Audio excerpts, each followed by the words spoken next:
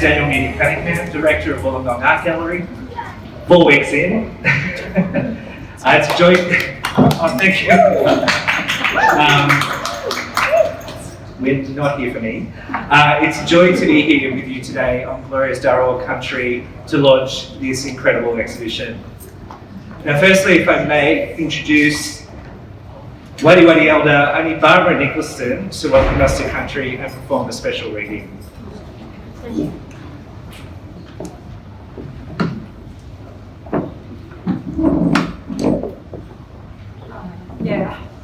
Good afternoon, everyone.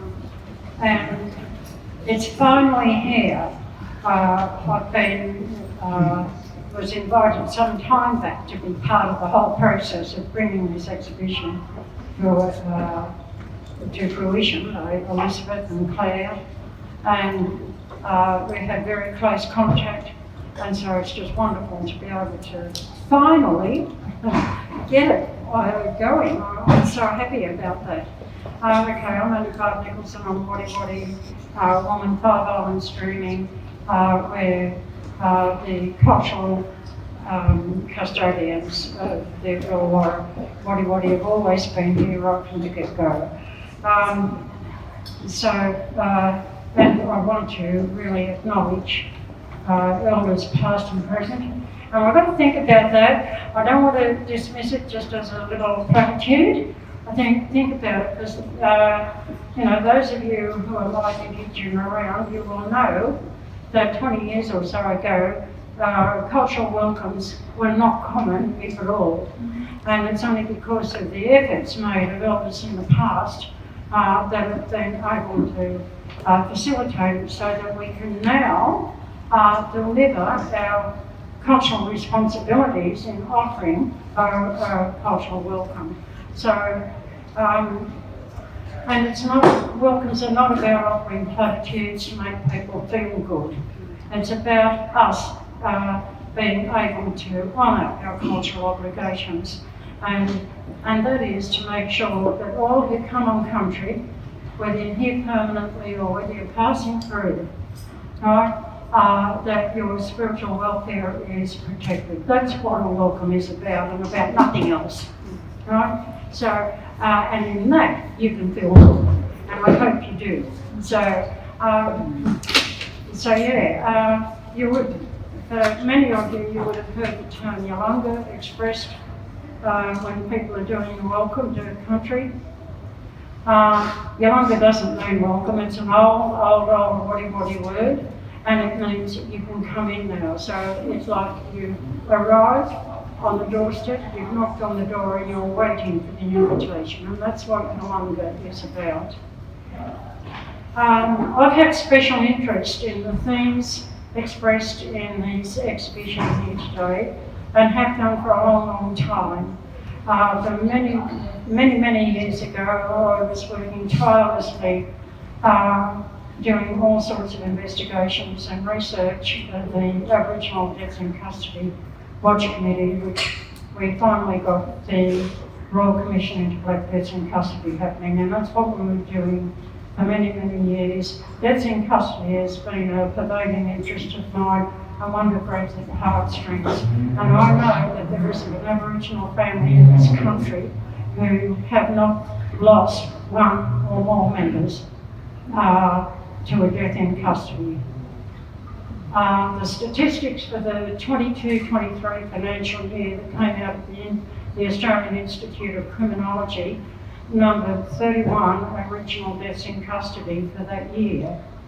And I can tell you that's a very conservative figure because they only count the ones who died incarcerated, right? They imprison or in police custody, but incarcerated deaths, right?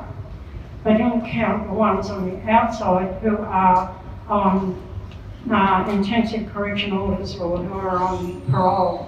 If you are on either of those things, then you are in a custodial situation, and we argued that successfully in the Royal Commission when we had the Senate inquiries and so on.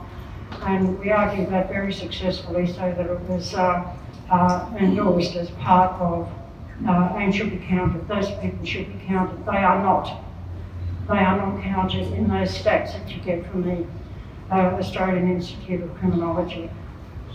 So, and many of the themes that you would see in the works today express that.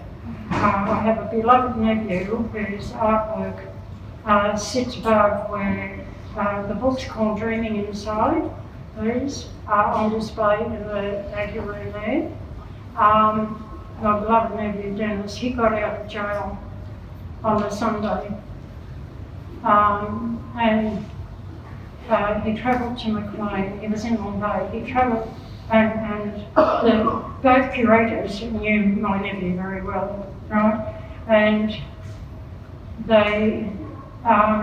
he travelled on the Sunday to go to his wife and family in Maclean on the Clarence River, and he got there on the Sunday night, and on the Tuesday morning he had a massive heart attack and died. You know, he was on parole. So even though the death is a natural cause, it's a death in custody. And I want to count them. We have to count them. That all that being said, I'm just going to read you. I hope I can see it clearly enough here. I'll do that one first. This is from another lad who I met in Julie jail, and his pen name is Gigi. His name is Gabe. Oh, the light's not very good for me here. Gosh, no, it's not. Maybe for the light. Oh, you're good. I don't know how it's like. You can't do your job and hold that though. I'll do it. Sorry about that. I've got macular degeneration, so my vision is severely impaired. Okay, this is from Juju. Third time inside, another year wasted. Cops at my door again, feeling gutted. I know I'm not coming home this time. My poor girl, what will she do? I'm a queen, and she's a sweet, innocent girl who's never done wrong. Cuffs are on, headed to the back of the wagon. A kiss and a cuddle to say goodbye is the last courtesy I get as a free man. A night at the station, a day in the cells, waiting for the next truck for the final destination. It's ugly. June Egates, home again, intake greens. It's a horrible thing, feeling this at home in a place like this. My friends are here, my family on the phone, by us on Tuesday. Another year's wasted here at my home. Gigi got out early this year, and he got out on the Sunday evening, and on the Monday he took his life, and he was on parole. Another death in custody, not counted. Let's count them. This one is Jacko, untitled. When I was younger, I had a few problems. Dad would be the main part of it. He'd give me VBs at the age of 5 and bombs when I was 10. He would say to me, "You're a man now." Never felt that like that though. Then more abuse started to happen, sexual and physical, from seeing my mum being hit and tied up and not wanting to do what he wanted to do, to me being touched and whatnot by him. I've now chosen at the age of 19 to look to God for guidance. He's given me some big lessons, like coming to jail when I was 18. I've been going on through this little journey called life and have learned life is too short to hold grudges, and it's better to move on. No point being stuck in the same place. It's always better to move on. My brothers, life's too short to be negative all the time. no good comes out of it. All I want to do now is to get out and start my chef's apprenticeship again. Go save and take care of my mum. I love my mum endlessly and always will. And we are best friends forever. Keep your head up, brother, and keep moving one step ahead of the other. Lots of love to everyone, and that's from Jacko, you know. So hopefully Jacko has a better fate and fares better than some of them.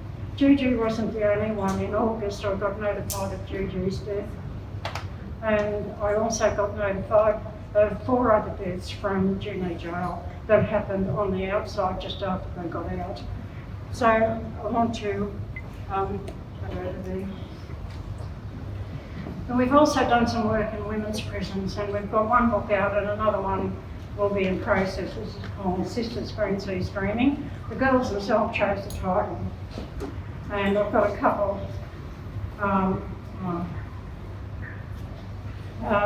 Narelle, this is from Narelle, and she called this Black Ears. I can tell you the themes that are operative in the men's books are the same as are operative in the women's, and operative in the forthcoming book from Youth Justice Centres. The same thing, same themes. So thank you. Black is the colour of my skin. Black are the feelings I hold within. Black be the judgments I never hold. Black to my mother was my family's curse. Black being left in a toilet block couldn't be worse. Black was being shunned, and then don't ask why. Black were my questions, the answers covered in lies. Black being my son's birth certificate and dealership honoured. Black put in last at the back of the class to sit. Black were my feet, itchy, absences, unexplained but to them. Black never having eternal whys and whens. Black authorities, voices, orders until insane. Black be the media, never able to explain. Black were my brothers and sisters I laid to rest. Black all audibility, never hearing my stress. So that was Narelle, and I think, you know, there's just so much. I really, there's so many poems in here. Look, I urge you to try and get hold of the books and have a look at them. There's one in this book by a young lady called, what's her name? Bree Lenahan. Read her story and weep. Her story is the story of all those women in jail, black, white, Aboriginal, non-Aboriginal, from wherever. Bree's story is every woman's story. I think there's so much that we could read, and I'm not sure whether I can take too much more time, but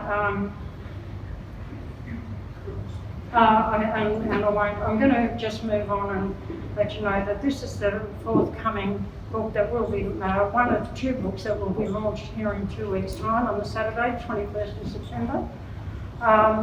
This one is from Juvenile Justice, and it's called Scribbly Gums and Blossoms, Young People Drinking Inside. And the Scribbly Gums are the boys in Cobham Juvenile Detention Centre, and the Blossoms are the girls in Reeby Detention Centre. And I want to just qualify that a juvenile detention centre is by any definition a prison. And it'd be folly to think otherwise. If you've never been in a juvenile detention centre, you may not have an idea of the scope of it in terms of prison architecture and prison capabilities. It's a prison. Why we think it's a good idea to put young children in prison, and you've got kids in there from 10 years of age, and why we think it's a good idea to lock children away in an adult prison environment, I have no idea. And whatever that happens, we're going to have the other two. Whatever these kids are kept in, we're going to have these women and these men in that other book doing the same thing. But that's all about these books. But these books are also about this exhibition. Prison art is a robust entity that seems to thrive in all the prison environments, probably because it's one way inmates can express themselves with impunity. And they do so. I know with so much of the art on display here in this exhibition, which is an absolute fantastic arrangement, I think, look at the art, don't just walk past it, look at it and absorb the story. You might not know the story that the artist had in mind, but you can make a story in that when you know the kinds of things you're looking at. And whether, like the Wollongong Gallery has just been amazing in fostering all of this stuff there, and prison art with inmates of all denominations, of all cultures and all colours. They have been amazing, and it's a real credit to them that they've been able to bring this together here in Wollongong and launch a major exhibition here. I think it's amazing. And with that, I'll leave it to you and pass on. And thank you very much. Congratulations to these curators.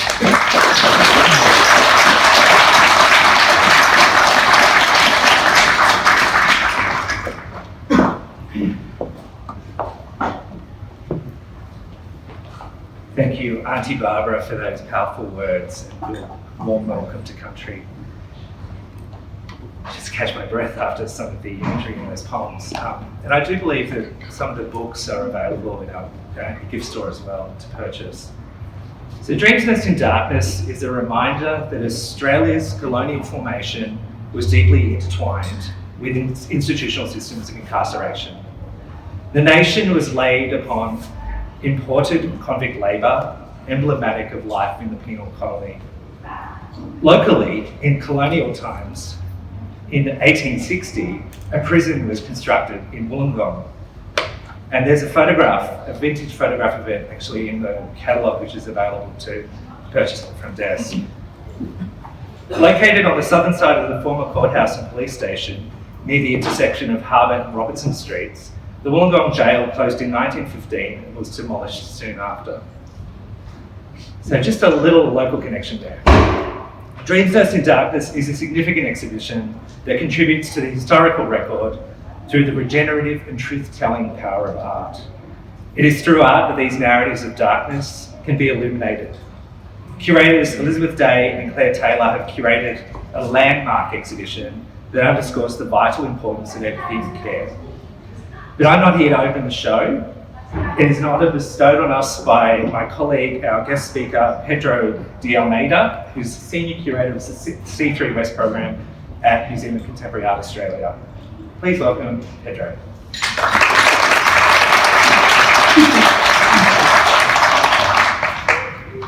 Hello everyone, and thanks for having me. Of course, I want to first acknowledge that here we are in Darul country. I've travelled today not too far up the coast from Digital country, around Kamei Bay, and thank you, Auntie Barbara, for your readings, but also your generous words. I don't think we properly welcomed Wollongong's new director. So I think like most people, anyone who is a regular gallery goer here at Wollongong would be well aware that Daniel has exhibited here numerous times as an artist, but also curated some fantastic shows. So to hear that Daniel has been appointed director is, I think many of us couldn't think of anyone better. So very exciting.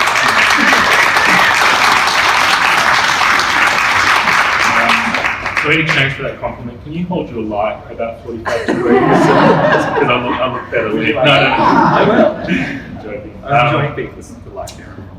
I rarely am nervous public speaking, but I am a little today, and I'll be up front why. Of course, when you're asked to open an exhibition, particularly an exhibition as important as this, the bare minimum you can do is, do your research, have some conversations, and write a good speech. And I did all of that. I woke up this morning and tore the speech up. because it felt fraudulent even, and even humbling. The reason for that is because with such a multitude of artworks and artists in this show, and with the expertise of the two curators, Claire and Elizabeth, and of course thinking of who the audience is, which is all of you, it goes without saying that I would of course recognise that I would guess that many of you in this room have been personally touched, perhaps even traumatised by sort of multivariate and multifaceted connections with this thing we call the justice system. It certainly wasn't my place to give you a wiki on what that thing is and what the subject matter of this exhibition is. Part of that speech was looking at things like, as you do, thumb the odd copy of Robert Hughes' Fatal Shore, find a juicy quote that I could, run off to you today. But all of that, again, as I said, seemed just wrong and perhaps even borderline offensive. As an immigrant to this country, and quite often I'm reminded, of course, unless you're First Nations, we're all immigrants, but of course some of us are more immigrant-y than others. I'm quite conscious too of my own cultural background. Being Portuguese, it's a culture that effectively invented modern colonial expansion and of course the Atlantic slave trade, and it's had its own history with secret police and otherwise in the 20th century. A lot of people don't realise, of course, that apart from being these days a great Airbnb holiday destination, Portugal effectively had the longest running fascist government in Europe in the 20th century. It's an incredible privilege to walk through the show today. As I said, I didn't want to really summarise it at all because something of this importance really takes a long time to sink in.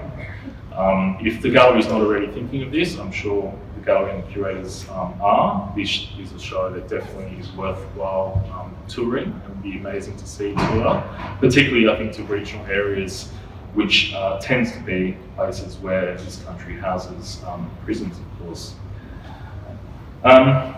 Just going over some notes.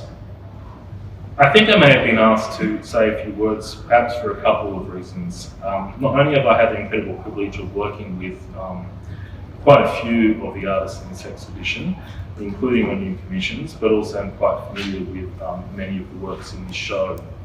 There's one work in particular, which isn't to really call out a favourite, but given Auntie Barbara mentioned Reedy and the sort of shockingness of having young people in juvenile justice, there's a work by Zanny Begg called Doing Time, which I haven't seen Zanny around today, which Zanny created. If you don't know Reedy, I also visited that in my previous role at Campbelltown Arts Centre. So Reedy is probably Sydney's largest juvenile justice centre. It's in the suburb of Ayres in Campbelltown, near the banks of the Georges River. And a long time ago, probably just before Zanny was making that work, as part of, I guess, some groundwork that I was doing for various projects in Campbelltown at the time, we were able to visit that jail. I was about to call it an institution, but you're right, it's a jail. And it's a real eye-opener. It's almost a kind of cruel joke, because even today, Reedy exists quite literally next door to Ayres High School and Public School. This is something that the current New South Wales Minister for Justice has acknowledged, and apparently they're trying to rectify, either moving the school or moving the centre. But you can quite literally imagine children, young people going to school and looking out the window and seeing their future next door. I couldn't think of anything more demoralising. And that is a trajectory that some of those children actually go through in Ayres and in Campbelltown. So whilst there are a lot of fabulous works in this show, if I had to recommend the B-lines to check out one, it might be Zanny's work. To put things in a global context, of course, whilst this country, of course, has a very peculiar and particular history of incarceration, going back to what I think Elizabeth called at the beginning of her tour as, this country essentially being an original crime scene. It's important to remember too that, of course, shameful systems of imprisonment have shaped so many other places around the world with different contexts and with different circumstances. Thinking here, of course, of, if we all think of Alexis de Tocqueville's sort of seminal tour of America in the 1830s, which ended up in his writing, Democracy of America. Noted, of course, that the early incarceration systems in America was not just adjunct to democracy, but a kind of defining feature of it. Thinking of the Gulag system in the Soviet Union, anyone who has been to Cambodia will remember, of course, S-21, where the Khmer Rouge detained and executed hundreds of thousands of people, which is backed up, of course, by an extraordinary archive of photography, and at many other places too, of the disappeared in Chile under Pinochet, of what's happening today in the Middle East, in Israel, in China, in North Korea, and of course, in Australia. This is, I think, a superlative undertaking by Claire and Elizabeth. I had the pleasure of meeting Elizabeth, I don't know, maybe a few years ago now, and having some good discussions with her and her work at Gate Gallery. I know many of you are friends and colleagues of the curators, but if you're unaware, Elizabeth, as well as being a fabulous artist and curator, works at Long Bay Jail's Gate Gallery. I live down the road from that place, and I actually wasn't aware Gate was a thing until about 3-4 years ago. If you weren't either, I highly recommend you check out the gallery. There's some fantastic works by from Gate and by current inmates of Long Bay on exhibition today, and also on Instagram, Gate Gallery. It's a really fantastic platform. A large proceed of sales from those works go back to inmates. As I said, I didn't really wish to, certainly I don't think it was my place today to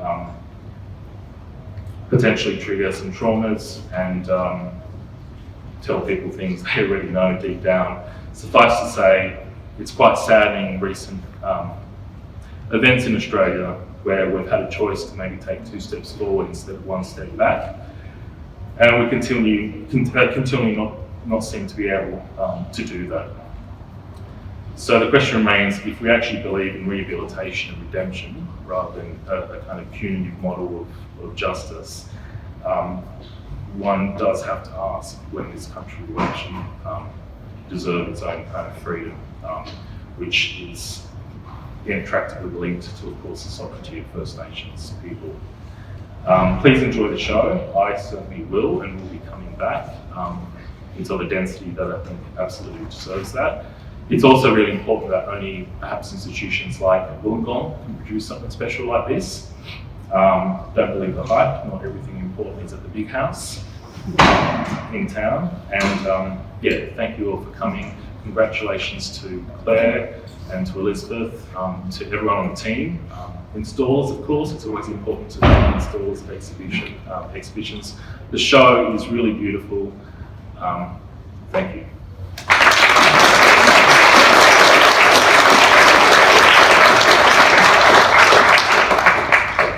Okay, bear with me for a few more minutes. I'm just going to also echo Pedro and acknowledge, first and foremost, the co-curators of this exhibition, Elizabeth Day and Claire Taylor.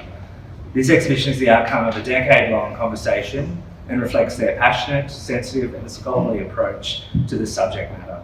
Together they have developed a deeply compelling project.